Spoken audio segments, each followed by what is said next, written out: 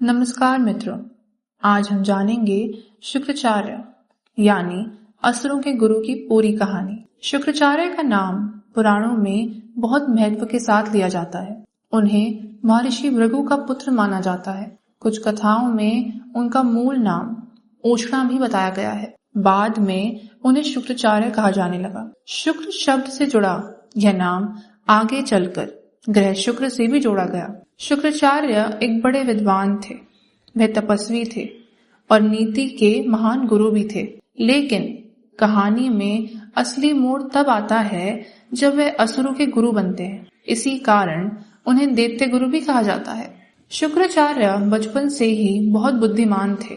उन्होंने पहले महर्षि अंगिरस और फिर गौतम ऋषि के आश्रम में शिक्षा प्राप्त की। वहां उन्होंने वेद, नीति, राजनीति, युद्ध कला और तंत्र ज्ञान सीखा। वे अपने गुरु के सबसे अच्छे शिष्यों में गिने जाते थे।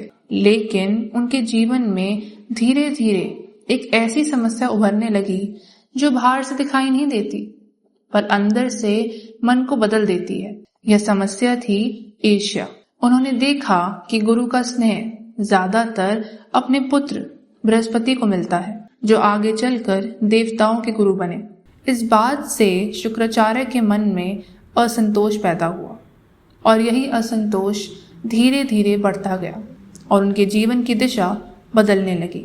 गौतम ऋषि के आश्रम में शुक्राचार्य ने बहुत कठिन तप किया। उनका उद्देश्य था भगवान शिव की कृपा पाकर महान ज्ञान प्राप्त करना और वह इसमें सफल भी हुए। भगवान शिव उनसे प्रसन्न हुए और भगवान शिव ने उन्हें एक बहुत बड़ा वरदान दिया, मृत संजीवनी मंत्र। इस मंत्र से मरे हुए व्यक्ति को भी फिर से जीवित किया जा सकता था। यह शक्ति इतनी बड़ी थी कि देवता भी चिंतित हो उठे। पुराणों में लिखा है कि इंद्र ने कई बार उनकी तपस्या भंग करने की कोशिश की। उन्होंने अप्सराएं भेजी, मौसम बिगाड़ा, बहुत कुछ किया, लेकिन शुक्राचार्य अपने तप से नहीं डिगे।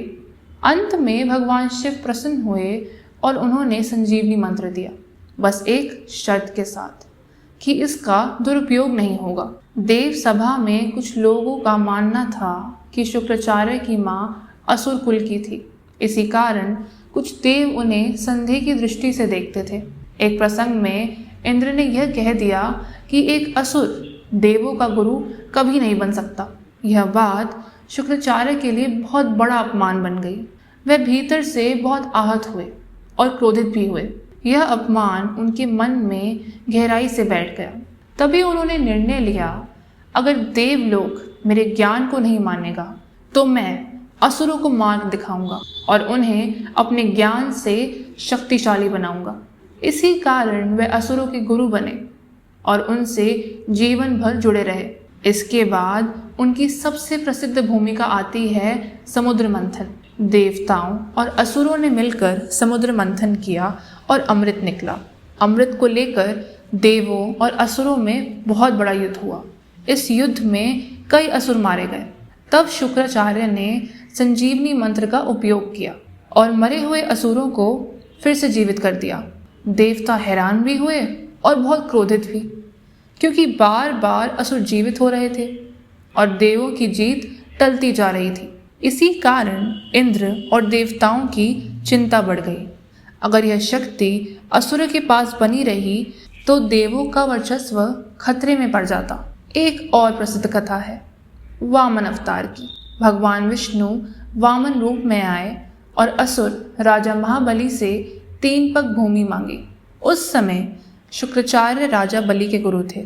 उन्होंने बलि को समझाया कि ब्राह्मण का सम्मान जरूरी है, लेकिन सावधानी भी आवश्यक है। शुक्राचार्य ने बलि को चिताया, पर बलि ने वामन को वचन दे दिया। कुछ कथाओं में कहा जाता है कि शुक्राचार्य ने बलि को बचाने की पूरी कोशिश की, लेकिन भगवान विष्णु की लीला नियति के अनुसार पूरी हुई। यह प्रसंग दिखाता है कि शुक्राचार्य अपने शिष्य की भलाई के लिए अंत तक खड़े रहे।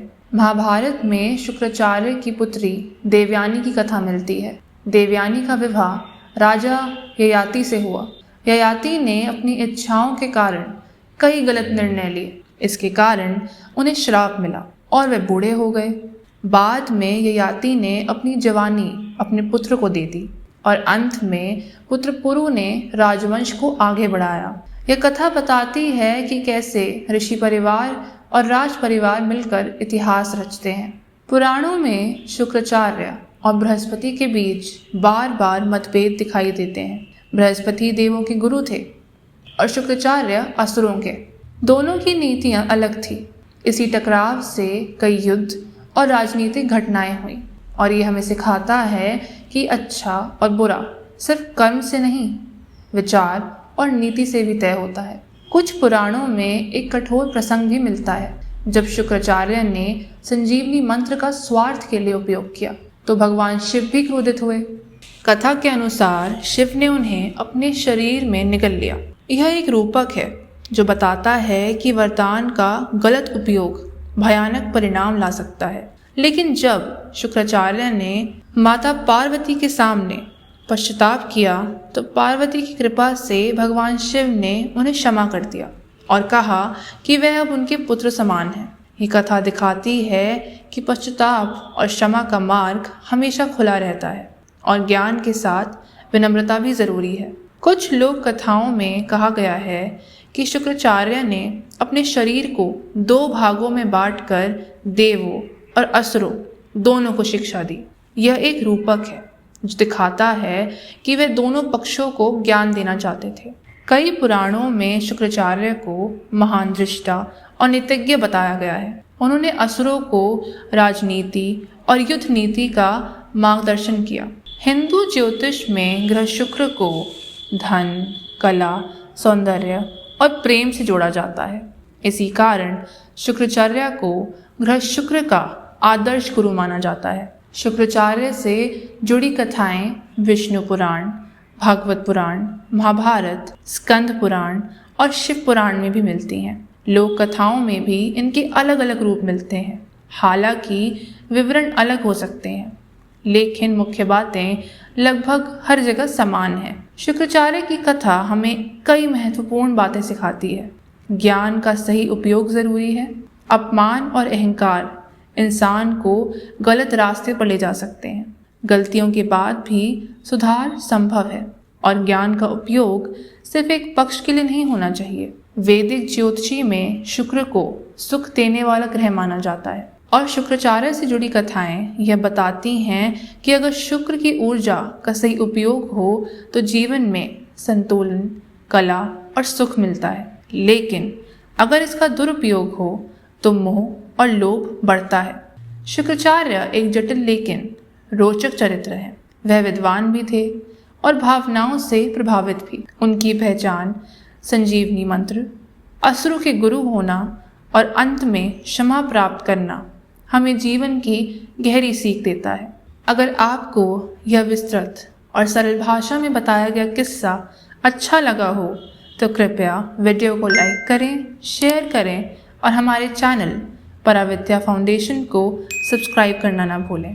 और नीचे कमेंट में बताइए कि आपको इस कथा का कौन सा भाग सबसे ज़्यादा रोचक लगा। संजीवनी मंत्र, वामन बाली प्रसंग, देवयानी ययाति कथा या शिव शाप और क्षमादान। हम उसी पर अगली बार विस्तार में वीडियो बनाएंगे। धन्यवाद। हर हर महादेव। ओम नमः शिवाय।